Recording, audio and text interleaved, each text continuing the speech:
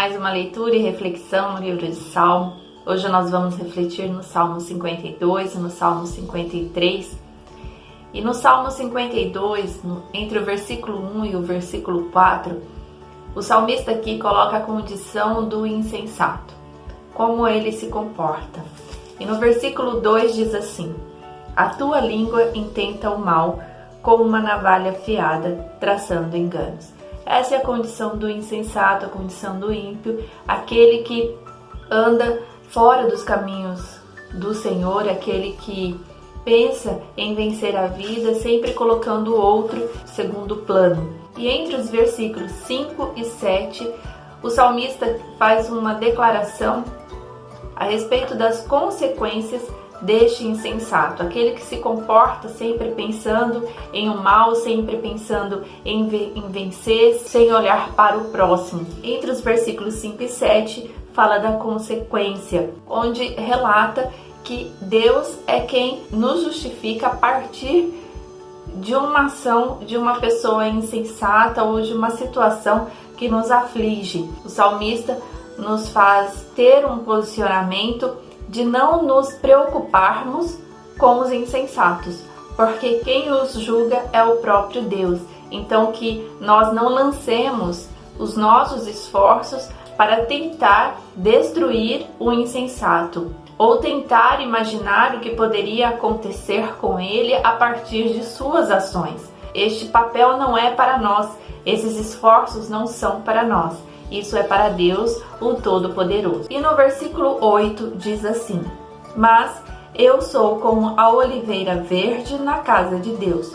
Confio na misericórdia de Deus para sempre, eternamente. No versículo 9: para sempre te louvarei, porque tu isso fizeste, e esperarei no teu nome, porque é bom diante dos teus santos. Deus é bom. Quando Deus olha para um coração puro, um coração reto, um coração disposto a fazer o bem, o Senhor tem uma atitude de bondade para conosco. E para sempre o Senhor é bom. E continua no capítulo 53, do olhar do Senhor sobre a nossa vida, sobre o nosso comportamento. E no versículo 1 diz assim, deste capítulo 53: disse o nécio no seu coração: não há Deus. Até aqui. O Senhor olha atentamente para o meu coração e o seu coração. Se não agirmos como nécios, como tolos, pensando que não há Deus na situação, o Senhor tem um olhar diferente. O Senhor tem um olhar de bondade e Ele está atento às nossas atitudes e aos nossos pensamentos. No versículo 2 deste capítulo fala: Deus olhou desde os céus para os filhos dos homens, para ver se havia algum que tivesse entendimento e buscasse a Deus. Se eu e você buscamos a Deus em todo tempo, em qualquer situação, como nossa primeira necessidade, como nosso primeiro recurso, Ele nos atenderá, Ele estenderá as suas mãos a nós. Mas é preciso essa atitude de um coração com entendimento de que Deus é a nossa prioridade, porque há muitas que se comportam como nécias, que se comportam em colocar o Senhor Deus como último plano, como uma frase bastante comum nos lábios de muitas mulheres que dizem assim: agora só nos resta orar, agora só Deus nesta causa. Não é agora.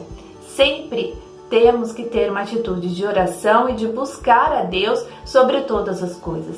Então Ele é a nossa prioridade e o Senhor, Ele olha para o nosso coração se estamos realmente atentas a esse tipo de comportamento. Se realmente estamos com o coração inclinado totalmente a Ele, buscando em todo instante, continuamente, a Deus, para que Ele venha e faça por nós. Então não nos resta, e sim, o Senhor é a minha prioridade. O Senhor, Ele está nessa causa desde o início. Eu não posso ter um comportamento de, depois de todos os meus esforços que não tiveram resultado, agora eu coloco Deus. Tem que ser ao contrário. O Senhor, Ele vem em primeiro plano, nos conduzindo a estratégias e formas de agir nesta situação. E no versículo 4 do capítulo 53 diz assim: acaso não têm conhecimento estes obreiros da iniquidade, os quais comem o meu povo como se comessem pão? Eles não invocam a Deus.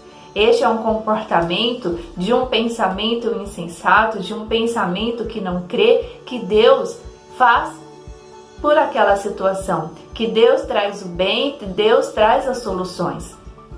Este comportamento não deve ser o nosso comportamento.